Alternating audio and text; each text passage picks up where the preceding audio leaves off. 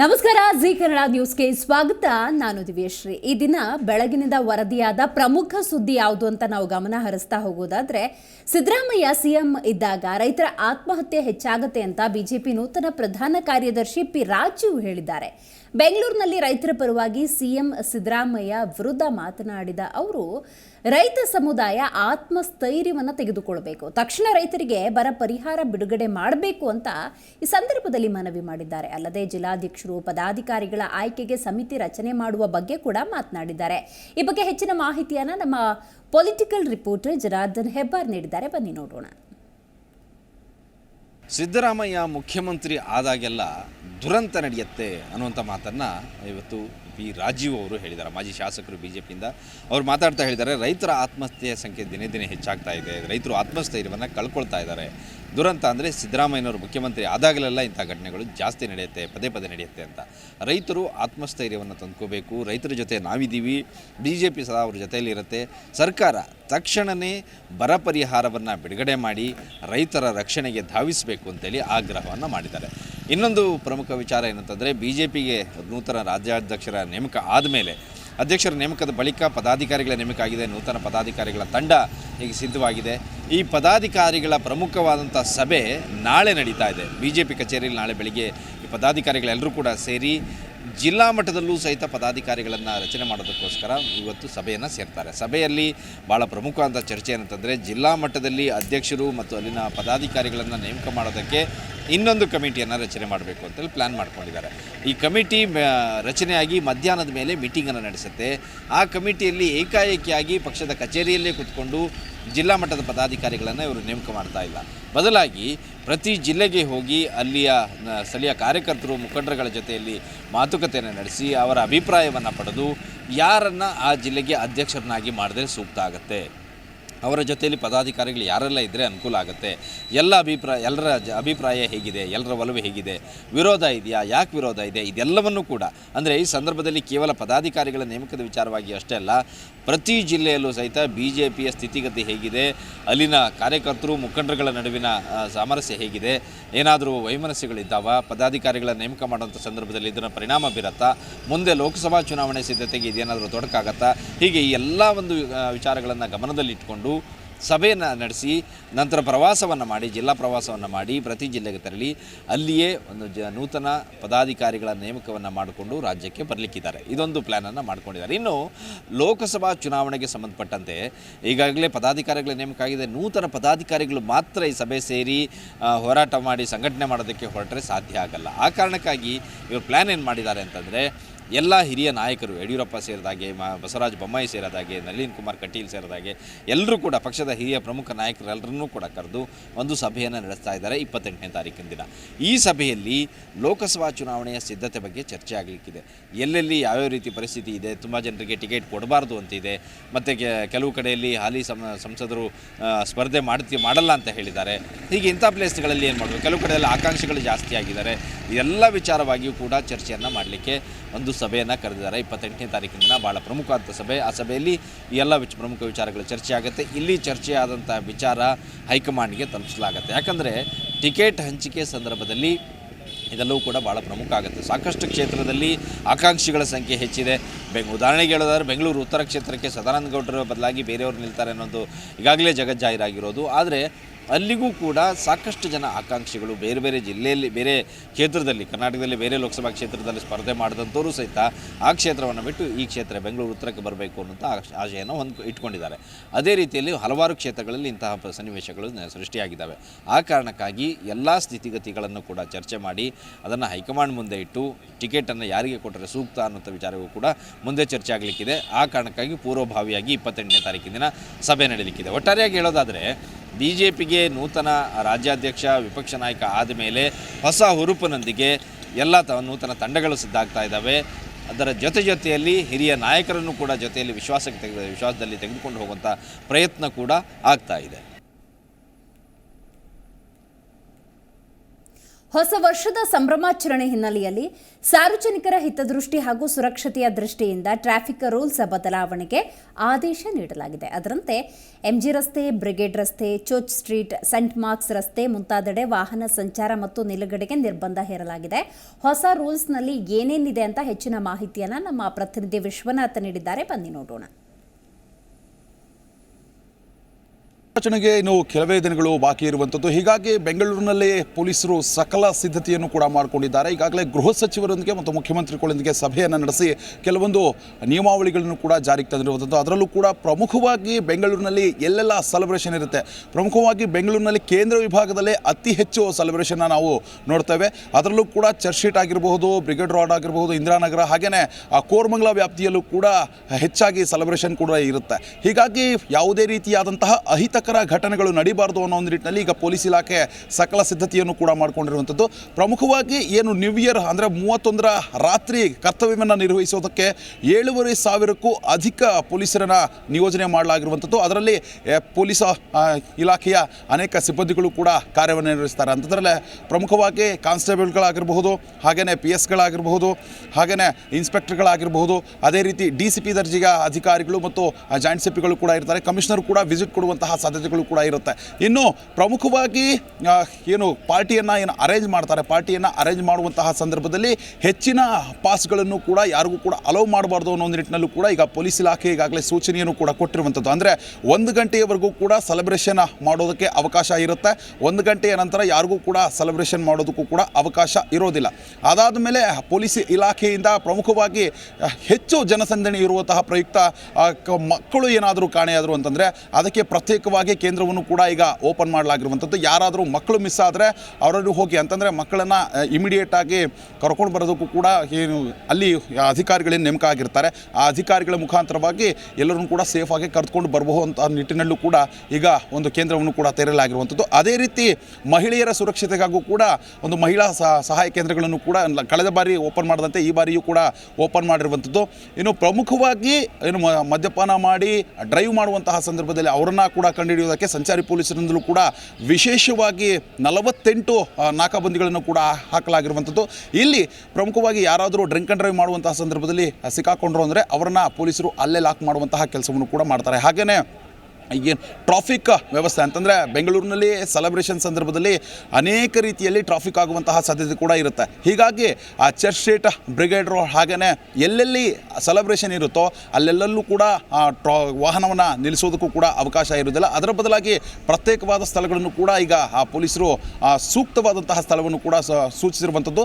ಅಲ್ಲೇ ವಾಹನವನ್ನು ಪಾರ್ಕ್ ಮಾಡಿ ತದನಂತರ ಸೆಲೆಬ್ರೇಷನ್ ಮೋಡ್ಗೂ ಕೂಡ ಬರ್ಬೋದು. ಅಂತಂದರೆ ಪ್ರಮುಖವಾಗಿ ಎಲ್ಲೆಲ್ಲಿ ಟ್ರಾಫಿಕ್ ಜಾಮ್ ಆಗುತ್ತಲ್ಲ ಆ ಒಂದು ಸಂದರ್ಭದಲ್ಲಿ ಅಂತಂದರೆ ಜನರಿಗೂ ಕೂಡ ತೊಂದರೆ ಆಗಬಾರ್ದು, ವಾಹನ ಸವಾರಿಗೂ ಕೂಡ ತೊಂದರೆ ಆಗಬಾರ್ದು ಅನ್ನೋ ನಿಟ್ಟಿನಲ್ಲಿ ಈಗ ಆ ಪೊಲೀಸ್ ಇಲಾಖೆಯಿಂದ ಈ ಒಂದು ಕ್ರಮವನ್ನು ಕೂಡ ಕೈಗೊಂಡಿರುವಂಥದ್ದು. ಇನ್ನು ರಾತ್ರಿ ಅಂತಂದರೆ ಪಬ್ ಮತ್ತು ಕ್ಲಬ್ಗಳಲ್ಲಿ ಹೆಚ್ಚಿನ ಪಾಸ್ಗಳನ್ನು ಕೂಡ ನೀಡಬಾರ್ದು ಅನ್ನೋ ಒಂದು ಸೂಚನೆಯನ್ನು ಕೂಡ ಕೊಟ್ಟಿರುವಂಥದ್ದು. ಅಂತಂದರೆ ಯಾರಾದರೂ ಅಂತಂದರೆ ಹೆಚ್ಚಿನ ಜನಸಂದಣಿ ಸೇರಿಕೊಂಡ್ರು ಅಂತಂದರೆ ನಿಜವಾಗ್ಲೂ ಕೂಡ ತೊಂದರೆಯಾಗುವಂತಹ ಸಾಧ್ಯತೆ ಕೂಡ ಇರುತ್ತೆ. ಹೀಗಾಗಿ ಪೊಲೀಸ್ ಇಲಾಖೆಯಿಂದ ಪ್ರಮುಖವಾಗಿ ಈ ಒಂದು ಕ್ರಮವನ್ನು ಕೂಡ ಕೈಗೊಂಡಿರುವಂಥದ್ದು. ಅಂತಂದರೆ ಯಾವುದೇ ರೀತಿಯಾದಂತಹ ಅಹಿತಕರ ಘಟನೆಗಳು ನಡೀಬಾರ್ದು. ನ್ಯೂ ಇಯರ್ ಸೆಲೆಬ್ರೇಷನಲ್ಲಿ ಎಲ್ಲರೂ ಕೂಡ ಎಂಜಾಯ್ ಮಾಡಬೇಕು. ಆದರೆ ಯಾರೂ ಕೂಡ ಕಾನೂನು ಬಾಹಿರವಾಗಿ ನಡ್ಕೋಬಾರ್ದು, ಅಂತಂದರೆ ಯಾರಿಗೂ ಜನಗಳಿಗೂ ಕೂಡ ತೊಂದರೆ ಕೊಡುವಂತಹ ನಿಟ್ಟಿನಲ್ಲಿ ಯಾರೂ ನಡ್ಕೋಬಾರ್ದು ಅನ್ನೋ ನಿಟ್ಟಿನಲ್ಲಿ ಈ ರೀತಿಯಾದಂತಹ ಕ್ರಮವನ್ನು ಕೈಗೊಳ್ಳೋದಕ್ಕೂ ಕೂಡ ಈಗ ಪೊಲೀಸ್ ಇಲಾಖೆ ಮುಂದಾಗಿರುವಂಥದ್ದು. ಒಟ್ಟಾರೆಯಾಗಿ ನ್ಯೂ ಇಯರ್ ಸೆಲೆಬ್ರೇಷನ್ಗೆ ಈಗಾಗಲೇ ಪೊಲೀಸ್ ಇಲಾಖೆಯಿಂದ ಪ್ರಮುಖವಾಗಿ ಏನೆಲ್ಲ ಕ್ರಮಗಳನ್ನು ತೆಗೆದುಕೊಳ್ಬೇಕು ಆ ಎಲ್ಲ ಕ್ರಮಗಳನ್ನು ತೆಗೆದುಕೊಂಡಿರುವಂಥದ್ದು. ಅಂದರೆ ಸೆಲೆಬ್ರೇಷನ್ ತುಂಬ ಸಾಫ್ಟಾಗಿ ಆಗಬೇಕು, ಎಲ್ಲರೂ ಕೂಡ ಎಂಜಾಯ್ ಮಾಡಬೇಕು, ಆದರೆ ಯಾರಿಗೂ ಕೂಡ ತೊಂದರೆ ಆಗಬಾರ್ದು ಅನ್ನೋ ನಿಟ್ಟಿನಲ್ಲಿ ಈಗ ಪೊಲೀಸ್ ಇಲಾಖೆ ಸಕಲ ಸ್ಥಿತಿಯನ್ನು ಕೂಡ ಮಾಡ್ಕೊಂಡಿರುವಂಥದ್ದು. ಹಾಗೆಯೇ ಯಾರಾದರೂ ಮದ್ಯಪಾನ ಮಾಡಿ ಹಾಗೆಯೇ ಗಾಂಜಾದ ನಶೆಯಲ್ಲಿ ಅಥವಾ ಮದ್ಯವ್ಯಸನವನ್ನು ಮಾಡಿ ಯಾರಾದರೂ ಜನಗಳಿಗೆ ತೊಂದರೆ ಕೊಟ್ಟರು ಅಂತಂದರೆ ಅವರ ವಿರುದ್ಧವಾಗಿ ಕಾನೂನು ಕ್ರಮವನ್ನು ಕೈಗೊಳ್ಳುತ್ತೇವೆ ಅಂತ ಕೂಡ ಈಗ ಸೂಕ್ತವಾದ ಎಚ್ಚರಿಕೆಯನ್ನು ಕೂಡ ಕೊಟ್ಟಿರುವಂಥದ್ದು. ವಿಡಿಯೋ ಜರ್ನಲಿಸ್ಟ್ ನಾಗರಾಜ್ ಜೊತೆ ವಿಶ್ವನಾಥ್ ಹರಿಹರಾಜ್, ಕನ್ನಡ ನ್ಯೂಸ್, ಬೆಂಗಳೂರು. ಹಾವೇರಿ ತಾಲೂಕಿನ ಅಕ್ಕೂರ ಗ್ರಾಮದ ಅಬ್ದುಲ್ ಕಲಾಂ ವಸತಿ ಶಾಲೆಯ ಅವ್ಯವಸ್ಥೆ ಕುರಿತಂತೆ ಜಿ ಕನ್ನಡ ನ್ಯೂಸ್ ಸುದ್ದಿಯನ್ನು ಬಿತ್ತರಿಸಿತು. ವಿದ್ಯಾರ್ಥಿಗಳು ಡೆಸ್ಕ್ ಇಲ್ಲದೆ ನೆಲದ ಮೇಲೆ ಕೂತು ಪಾಠ ಕೇಳುವುದು ಹಾಗೂ ಕಾಟ್ ಬೆಡ್ ಇಲ್ಲದೆ ಒಬ್ಬರ ಮೇಲೆ ಒಬ್ಬರು ಮಲಗುವಂತಹ ಸ್ಥಿತಿ ನಿರ್ಮಾಣವಾಗಿತ್ತು. ಇದೀಗ ಸುದ್ದಿ ಪ್ರಸಾದವಾದ ಬೆನ್ನಲ್ಲೇ ವಿದ್ಯಾರ್ಥಿಗಳಿಗೆ ಮೂಲಭೂತ ಸೌಕರ್ಯದ ಭಾಗ್ಯ ದೊರಕಿದೆ. ಈ ಬಗ್ಗೆ ನಮ್ಮ ಹಾವೇರಿ ಪ್ರತಿನಿಧಿ MD ಹಣಗಿ ಸಮಗ್ರವಾಗಿ ಮಾಹಿತಿ ನೀಡಿದ್ದಾರೆ. ಬನ್ನಿ ನೋಡೋಣ. ಶಿಕ್ಷಣ ಸಚಿವರು ನೋಡಲೇಬೇಕಾದಂಥ ಸ್ಟೋರಿ ಅನ್ನುವಂಥ ರೀತಿಯಲ್ಲಿ ಏನಂದರೆ ಜಿ ಕನ್ನಡ ನ್ಯೂಸ್ ಸುದ್ದಿ ಬಿತ್ತರ ಮಾಡಿತ್ತು. ಆ ಸುದ್ದಿ ಯಾವುದಂದರೆ ಹಾವೇರಿ ಜಿಲ್ಲೆಯ ಒಂದು ಹಾವೇರಿ ತಾಲೂಕಿನ ಅಕ್ಕೂರು ಗ್ರಾಮದಲ್ಲಿ ನೂತನವಾಗಿ ನಿರ್ಮಾಣವಾದಂತಹ ಅಬ್ದುಲ್ ಕಲಾಂ ಆಜಾದ್ ವಸತಿ ಶಾಲೆಯ ಒಂದು ಸುದೀರ್ಘವಾದಂತಹ ಒಂದು ಏನು ವಿದ್ಯಾರ್ಥಿಗಳು ಪರದಾಟ ನಡೆಸ್ತಾ ಇದ್ರು ಅದರದ ಒಂದು ಸುದೀರ್ಘವಾದಂತಹ ಸುದ್ದಿಯನ್ನು ಸತತವಾಗಿ ಜಿ ಕನ್ನಡ ನ್ಯೂಸ್ ಸುದ್ದಿ ಬಿತ್ತರಿಸಿತ್ತು. ಈ ಸುದ್ದಿ ಬಿತ್ತರಿಸಿದ ಬೆನ್ನಲ್ಲೇ ಅಂದರೆ ಡಿಸೆಂಬರ್ 12ರಂದು ಈ ಸುದ್ದಿ ಬಿತ್ತರಿಸಿದ ಬೆನ್ನಲ್ಲೇ ಏನಂದರೆ ಈಗ ಅಬ್ದುಲ್ ಕಲಾಂ ವಸತಿ ಶಾಲೆಯ ವಿದ್ಯಾರ್ಥಿಗಳಿಗೆ ಡೆಸ್ಕ್ ಆಗಿರ್ಬೋದು, ತದನಂತರ ವಿದ್ಯಾರ್ಥಿಗಳಿಗೆ ಮಲಗಿಕೊಳ್ಳಲಿಕ್ಕೆ ಯಾವುದೇ ರೀತಿಯಾದಂತಹ ಒಂದು ಹಾಸಿಗೆ ವ್ಯವಸ್ಥೆ ಆಗಿರ್ಬೋದು, ತದನಂತರ ಪಾಠ ಪ್ರವಚನ ಕೇಳಲಿಕ್ಕೆ ಡೆಸ್ಕ್ ವ್ಯವಸ್ಥೆ ಈಗ ಏನಂದರೆ ರಾಜ್ಯ ಸರ್ಕಾರ ದೊರಕಿಸಿಕೊಟ್ಟಿದೆ. ಈ ಹಿನ್ನೆಲೆಯಲ್ಲಿ ಇಲ್ಲಿರ್ತಕ್ಕಂತಹ ಅಂದರೆ ಜಿ ಕನ್ನಡ ನ್ಯೂಸ್ ಏನು ಸುದ್ದಿ ಬಿತ್ತರಿಸಿದ ಕೇವಲ 15 ದಿನಗಳಲ್ಲಿ ಏನಂದರೆ ವಿದ್ಯಾರ್ಥಿಗಳಿಗೆ ಪಾಠ ಪ್ರವಚನ ಕೇಳಲಿಕ್ಕೆ ಡೆಸ್ಕ್ ಒದಗಿ ಬಂದಿದೆ. ತದನಂತರ ಅವರಿಗೆ ವಸತಿ ಯೋಜನೆಯಲ್ಲಿ ಏನು ಚಾಪೆಯಲ್ಲಿ ಮಲ್ಕೊಳ್ತಾ ಇದ್ರು, ತದನಂತರ ಒಬ್ಬರ ಮೇಲೆ ಒಬ್ಬರು ಮಲ್ಕೊಳ್ಳುವಂಥ ಸ್ಥಿತಿ ಸಹ ನಿರ್ಮಾಣವಾಗಿತ್ತು. ಈ ಹಿನ್ನೆಲೆಯಲ್ಲಿ ಜಿ ಕನ್ನಡ ನ್ಯೂಸ್ ಸುದ್ದಿ ಬಿತ್ತರಿಸಿದ ಬೆನ್ನಲ್ಲೇ ಏನಂದರೆ ಈಗ ಅಧಿಕಾರಿಗಳು ಎಚ್ಚೆತ್ತುಕೊಂಡು ಆಯಾ ವಿದ್ಯಾರ್ಥಿಗಳ ಏನಂದರೆ ಯಾವುದೇ ರೀತಿಯಾದಂಥ ಒಂದು ಅವ್ರಿಗೇನಾದರೆ ಪ್ರಾಬ್ಲಮ್ ಆಗಬಾರ್ದು ಅನ್ನೋಂಥ ರೀತಿಯಲ್ಲಿ ಏನಂದರೆ ಅವ್ರಿಗೆ ಡೆಸ್ಕ್ ಆಗಿರ್ಬೋದು, ತದನಂತರ ಅವರಿಗೆ ಚಾಪೆ ಇದ್ದ ಏನಂದರೆ ಅವರಿಗೆ ಬೆಡ್ ವ್ಯವಸ್ಥೆ ಮಾಡಿದೆ. ಈ ಹಿನ್ನೆಲೆಯಲ್ಲಿ ಈಗ ಏನಂದರೆ ವಿದ್ಯಾರ್ಥಿಗಳು ಏನಂದರೆ ಸಂಪೂರ್ಣವಾಗಿ ಖುಷಿಯಾಗಿದ್ದಾರೆ. ಜೊತೆಗೆ ಏನಂದರೆ ಪಾಠ ಪ್ರವಚನ ಕೇಳಿಕೂ ಸಹ ಏನಂದರೆ ಅವರಿಗೆ ಖುಷಿಯಿಂದ ಪಾಠ ಪ್ರವಚನ ಕೇಳ್ತಾ ಇದ್ದಾರೆ. ಪ್ರಮುಖವಾಗಿ ಏನಂದರೆ ಜಿ ಕನ್ನಡ ನ್ಯೂಸ್ ಸುದ್ದಿ ಬಿತ್ತರಿಸಿತ್ತು ಏನಂದರೆ ದೂರದ ಬೆಟ್ಟ ನುಣ್ಣಗೆ ಅನ್ನುವಂಥ ರೀತಿಯಲ್ಲಿ ಅಂದರೆ ದೂರದ ಬೆಟ್ಟ ನೋಡಲಿಕ್ಕೆ ತುಂಬ ಚೆನ್ನಾಗಿ ಕಾಣುತ್ತೆ, ಆದರೆ ಹತ್ತಿರದಲ್ಲಿ ಹೋದಂಥ ಸಂದರ್ಭದಲ್ಲಿ ಅಲ್ಲಿ ಏನಂದರೆ ಕಲ್ಲಾಗಿರ್ಬೋದು, ಮುಳ್ಳಾಗಿರ್ಬೋದು, ಎಲ್ಲ ರೀತಿಯಾದಂಥ ಒಂದು ವ್ಯವಸ್ಥೆ ಇರುತ್ತೆ ಅನ್ನುವಂಥ ರೀತಿಯಲ್ಲಿ ಜಿ ಕನ್ನಡ ನ್ಯೂಸ್ ಸುದ್ದಿ ಬಿತ್ತರಿಸಿತ್ತು. ಜೊತೆಗೆ ಏನಂದರೆ 20 ಕೋಟಿ ವೆಚ್ಚದಲ್ಲಿ ಏನಂದರೆ ಅಬ್ದುಲ್ ಕಲಾಂ ಆಜಾದ್ ವಸತಿ ಶಾಲೆಯನ್ನು ನಿರ್ಮಾಣ ಮಾಡಲಾಗಿತ್ತು. 20 ಕೋಟಿ ವೆಚ್ಚದಲ್ಲಿ ಈ ವಸತಿ ಶಾಲೆ ನಿರ್ಮಾಣ ಮಾಡಿದರೂ ಸಹ ವಿದ್ಯಾರ್ಥಿಗಳಿಗೆ ಡೆಸ್ಕ್ ಇಲ್ಲ ಅನ್ನುವಂಥ ರೀತಿಯಲ್ಲಿ ಏನಂದರೆ ಇಲ್ಲಿ ವಿದ್ಯಾರ್ಥಿಗಳು ಪರದಾಟ ನಡೆಸ್ತಾ ಇದ್ರು. ಈ ಹಿನ್ನೆಲೆ ಏನಂದರೆ ಸರ್ಕಾರಕ್ಕಾಗಿರ್ಬೋದು, ತದನಂತರ ಸಂಬಂಧಪಟ್ಟಂತಹ ಅಧಿಕಾರಿಗಳಿಗೆ ಏನಂದರೆ ಜಿ ಕನ್ನಡ ನ್ಯೂಸ್ ಏನಂದರೆ ತರಾಟೆಗೆ ತೆಗೆದುಕೊಳ್ಳುವಂಥ ಪ್ರಯತ್ನಕ್ಕೆ ಮುಂದಾಗಿತ್ತು. ತದನಂತರ ಏನಂದರೆ ಅಧಿಕಾರಿಗಳು ಎಚ್ಚೆತ್ತುಕೊಂಡು ವಿದ್ಯಾರ್ಥಿಗಳಿಗೆ ಕೂರುವಂಥ, ಜೊತೆಗೆ ಪಾಠ ಪ್ರವಚನ ಕೇಳುವಂಥ ಏನಂದರೆ ವಿದ್ಯಾರ್ಥಿಗಳು ಖುಷಿಯಿಂದ ಪ್ರವಚನ ಕೇಳುವಂಥ ಸ್ಥಿತಿ ಈಗ ನಿರ್ಮಾಣವಾಗುತ್ತೆ. ಅದರ ಜೊತೆಗೆ ಏನಂದರೆ ಅಬ್ದುಲ್ ಕಲಾಂ ಆಜಾದ್ ವಸತಿ ಶಾಲೆಯಲ್ಲಿರ್ತಕ್ಕಂಥ ವಾರ್ಡನ್ ಸಹ ನಮ್ಮ ಜೊತೆ ಇದ್ದಾರೆ. ಸರಿ, ಅಂದರೆ ಜಿ ಕನ್ನಡ ನ್ಯೂಸ್ ಸುದ್ದಿ ಬಿತ್ತರಿಸಿದ ಬೆನ್ನಲ್ಲೇ ಏನಂದರೆ ಅಧಿಕಾರಿಗಳು ಎಚ್ಚೆತ್ತುಕೊಂಡು ವಿದ್ಯಾರ್ಥಿಗಳಿಗೆ ಪಾಠ ಪ್ರವಚನ ಕೇಳಲಿಕ್ಕೆ ಏನಂದರೆ ಡೆಸ್ಕ್ ವ್ಯವಸ್ಥೆ ಮಾಡಲಾಗಿದೆ. ಯಾವಾಗ ಬಂತು ಏನು ಅಂತೇಳಿ ಸರ್, ನಮಗೆ ನೀವು ಸುದ್ದಿ ಬಿತ್ತರಿಸಿದ 2-3 ದಿನಗಳ ಕಾಲಾವಧಿಯಲ್ಲಿ ನಮಗೆ ವಿದ್ಯಾರ್ಥಿಗಳಿಗೆ ಒಂದು ಡೆಸ್ಕ್ ವ್ಯವಸ್ಥೆ ಆಗಿರ್ಬೋದು, ಮತ್ತು ಕಾಟದ ವ್ಯವಸ್ಥೆ ಆಗಿರ್ಬೋದು, ಮತ್ತು ಬೆಡ್ ವ್ಯವಸ್ಥೆಗಳು ಎಲ್ಲ ವ್ಯವಸ್ಥೆಗಳನ್ನು ಆ ಸುದ್ದಿಯಿಂದಲೇ ನಮಗೆ ವಿದ್ಯಾರ್ಥಿಗಳಿಗೆ ಅನುಕೂಲ ಆಗುವಂತೆ ಮತ್ತು ವಿದ್ಯಾರ್ಥಿಗಳು ಕೂಡ ಸೌಲಭ್ಯನ ಪಡೆದುಕೊಂಡು ಸಂತೋಷವಾಗಿರುವಂಥ ಸುದ್ದಿಯನ್ನು ಹೇಳಲಿಕ್ಕೆ ನಮಗೆ ಇಷ್ಟಪಡ್ತೀವಿ ಸರ್ ನಾವು. ಸರ್, ಈಗ ವಿದ್ಯಾರ್ಥಿಗಳಿಗೆ ಡೆಸ್ಕ್ ವ್ಯವಸ್ಥೆ ಇಲ್ಲ ಅನ್ನುವಂಥ ರೀತಿ, ಜೊತೆಗೆ ಏನಂದರೆ ವಸತಿಯಲ್ಲಿ ಬೆಡ್ ವ್ಯವಸ್ಥೆ ಇಲ್ಲ ಅನ್ನುವಂಥ ರೀತಿಯಲ್ಲಿ ಡೈನಿಂಗ್ ಟೇಬಲ್ ಇಲ್ಲ ಅನ್ನುವಂಥ ವ್ಯವಸ್ಥೆ ಇತ್ತು, ಎಲ್ಲ ಸಹ ಬಂದಿದೆ ಜಿ ಕನ್ನಡದಿಂದ. ಹೌದು ಸರ್, ತಮ್ಮ ಒಂದು ಸುದ್ದಿಯಿಂದ ಏನು ಎಚ್ಚೆತ್ತುಕೊಂಡಂತಹ ಎಲ್ಲ ನಮ್ಮ ಇಲಾಖೆಯಿಂದ ಆಗಿರ್ಬೋದು ಆ ಒಂದು ಸೌಲಭ್ಯಗಳನ್ನ ನಮಗೆ ತಲುಪಿಸಲಿಕ್ಕೆ ಅವರು ಕೂಡ ಯಶಸ್ವಿಯಾಗಿದ್ದಾರೆ ಅಂತ ಹೇಳಕ್ಕೆ ಇಷ್ಟಪಡ್ತೀವಿ ಸರ್. ಎಸ್, ಇದಿಷ್ಟು ಅಂದರೆ ಜಿ ಕನ್ನಡ ನ್ಯೂಸ್ ಇದ್ದಾನೆ ಏನಂದರೆ ಸುದ್ದಿ ಬಿತ್ತರಿಸಿದ ಕೇವಲ 15 ದಿನಗಳೇನೆಂದರೆ ವಿದ್ಯಾರ್ಥಿಗಳಿಗೆ ಡೆಸ್ಕ್ ವ್ಯವಸ್ಥೆ ಆಗಿರ್ಬೋದು, ಡೈನಿಂಗ್ ಟೇಬಲ್ ವ್ಯವಸ್ಥೆ ಆಗಿರ್ಬೋದು, ವಿದ್ಯಾರ್ಥಿಗಳ ಪರದಾಟವನ್ನು ಈಗ ಎಲ್ಲ ರೀತಿಯ ಸಂಪೂರ್ಣವಾಗಿ ಅದಕ್ಕೆ ಪೂರ್ಣ ವಿರಾಮ ನೀಡುವಂತಹ ಕೆಲಸವನ್ನು ಜಿ ಕನ್ನಡ ನ್ಯೂಸ್ ಮಾಡಿದೆ ಅಂತೇಳಿ ಈಗ ಹರ್ಷವನ್ನು ವ್ಯಕ್ತಪಡಿಸ್ತಿರುವಂಥದ್ದು. MD ಅಣಿಗೆ ಜಿ ಕನ್ನಡ ನ್ಯೂಸ್, ಹಾವೇರಿ. ದೇವಸ್ಥಾನವನ್ನೇ ಬಾರ್ ಮಾಡಿಕೊಂಡಿರುವ ಘಟನೆ ಯಾದಗಿರಿಯ ಇತಿಹಾಸ ಪ್ರಸಿದ್ಧ ಗುತ್ತಿ ಬಸವೇಶ್ವರ ದೇವಸ್ಥಾನದಲ್ಲಿ ನಡೆದಿದೆ. ದೇವಸ್ಥಾನದ ಆವರಣದ ಹೋಟೆಲ್ಗಳಲ್ಲಿ ಅಕ್ರಮವಾಗಿ ಮದ್ಯ ಮಾರಾಟ ಮಾಡಲಾಗ್ತಾ ಇದ್ರೂ ಕೂಡ ಜಿಲ್ಲಾಡಳಿತ ಹಾಗೂ ಮುಜರಾಯಿ ಇಲಾಖೆ ಕ್ರಮ ಕೈಗೊಳ್ಳದೆ ಕಣ್ಮುಚ್ಚಿ ಕೂತಿದೆ. ಇದರಿಂದ ಆತಂಕಕ್ಕೆ ಒಳಗಾದ ಭಕ್ತರು ದೇವಸ್ಥಾನದ ಪಾವಿತ್ರ್ಯತೆ ಉಳಿಸಿ ಮದ್ಯ ಮಾರಾಟ ನಿಲ್ಲಿಸಿ ಅಂತ ಒತ್ತಾಯ ಮಾಡ್ತಿದ್ದಾರೆ. ಈ ಬಗ್ಗೆ ಹೆಚ್ಚಿನ ಮಾಹಿತಿಯನ್ನು ನಮ್ಮ ಯಾದಗಿರಿ ಪ್ರತಿನಿಧಿ ವೀರೇಶ್ ರೆಡ್ಡಿ ನೀಡಿದ್ದಾರೆ. ಬನ್ನಿ ನೋಡೋಣ.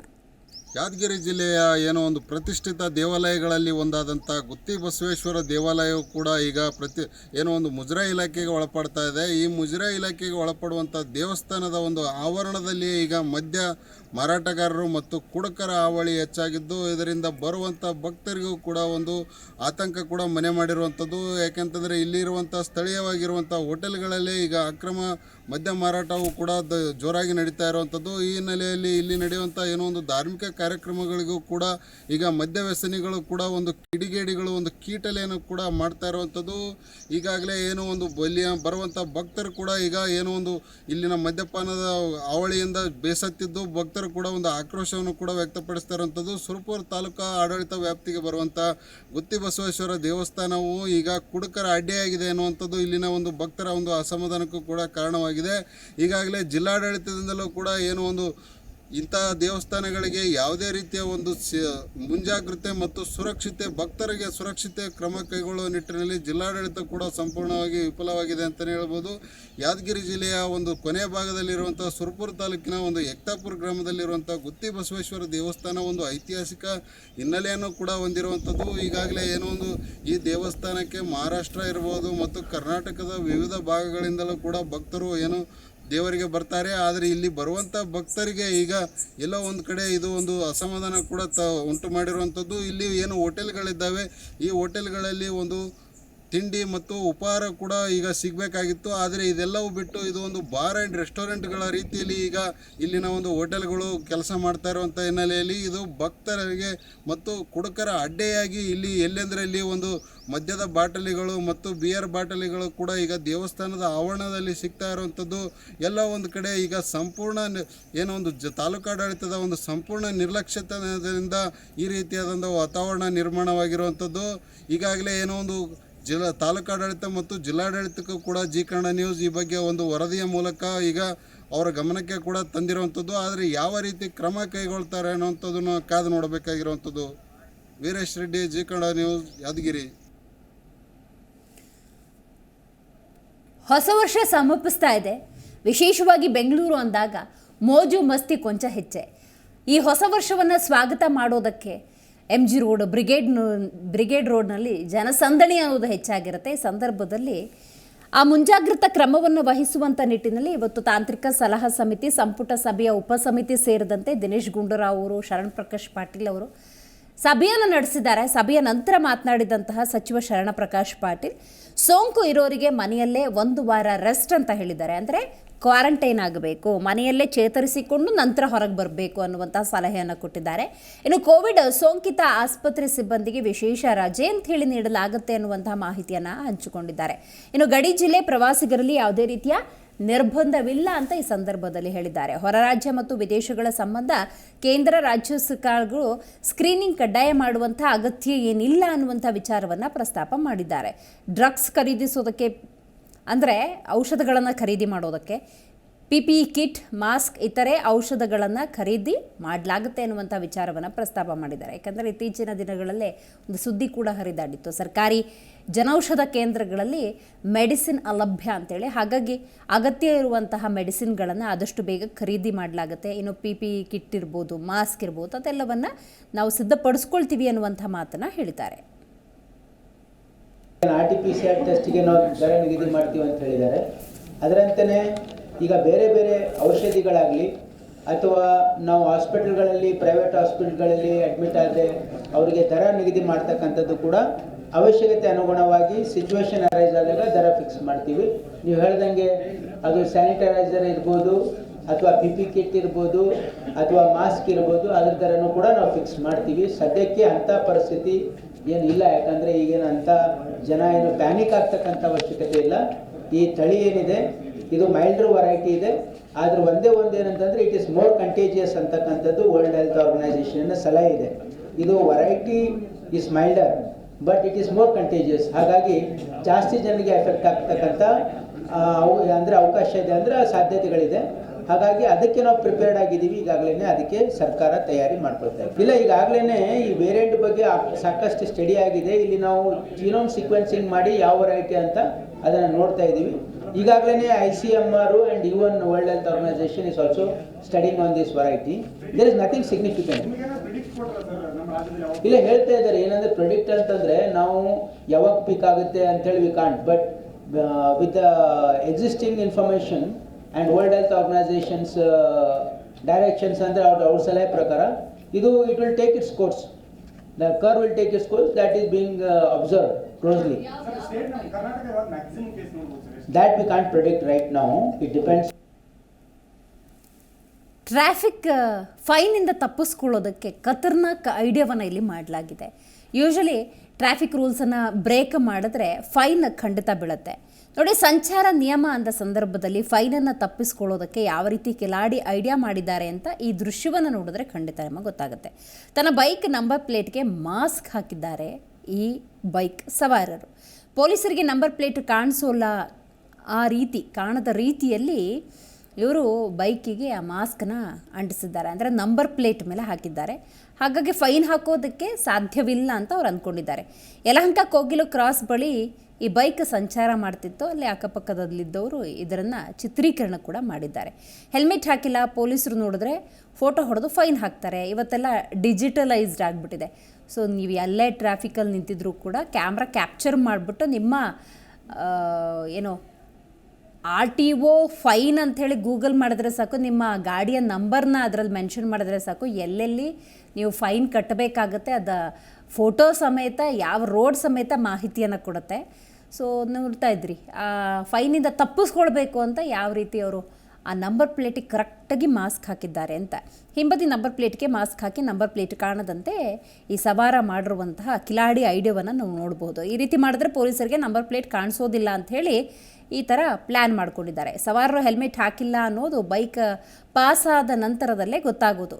ಸೊ ಆ ನಿಟ್ಟಿನಲ್ಲಿ ತಮ್ಮದೇ ಆದಂಥ ಪ್ಲ್ಯಾನನ್ನು ಮಾಡಿದ್ದಾರೆ. ಬಟ್ ಇದು ಎಷ್ಟರ ಮಟ್ಟಿಗೆ ವರ್ಕೌಟ್ ಆಗುತ್ತೆ, ಈ ಬೈಕಲ್ಲಿ ಯಾರು ಓಡಾಡ್ತಾರೆ ಅದೆಲ್ಲವನ್ನು ಸಹಜವಾಗಿ ಅಕ್ಕಪಕ್ಕದ ಕ್ಯಾಮ್ರಾಗಳು ಗಮನಿಸಿರ್ತವೆ. ಮುಂದಿನ ನಂಬರ್ ಪ್ಲೇಟ್ ಅಂತೂ ಡೆಫಿನೆಟ್ಲಿ ಕ್ಯಾಪ್ಚರ್ ಆಗಿರಬಹುದು.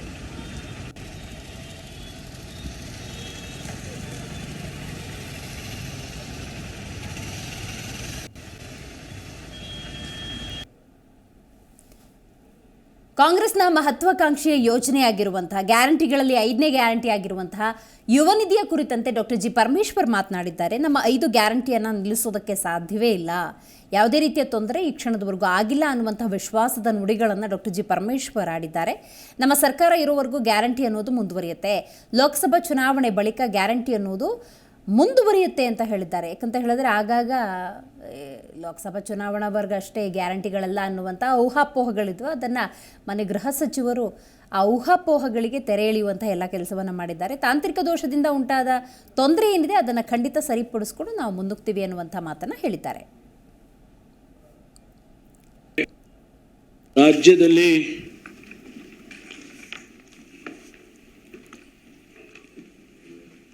ನಮ್ಮ ಸರ್ಕಾರ 5 ಗ್ಯಾರಂಟಿಗಳನ್ನು ಅನುಷ್ಠಾನಕ್ಕೆ ತರ್ತಕ್ಕಂಥ ತೀರ್ಮಾನವನ್ನು ಮೊದಲನೆಯ ಸಂಪುಟದಲ್ಲಿ ತೆಗೆದುಕೊಂಡಿತ್ತು. 4 ಗ್ಯಾರಂಟಿಗಳನ್ನು ಅನುಷ್ಠಾನ ಮಾಡಿ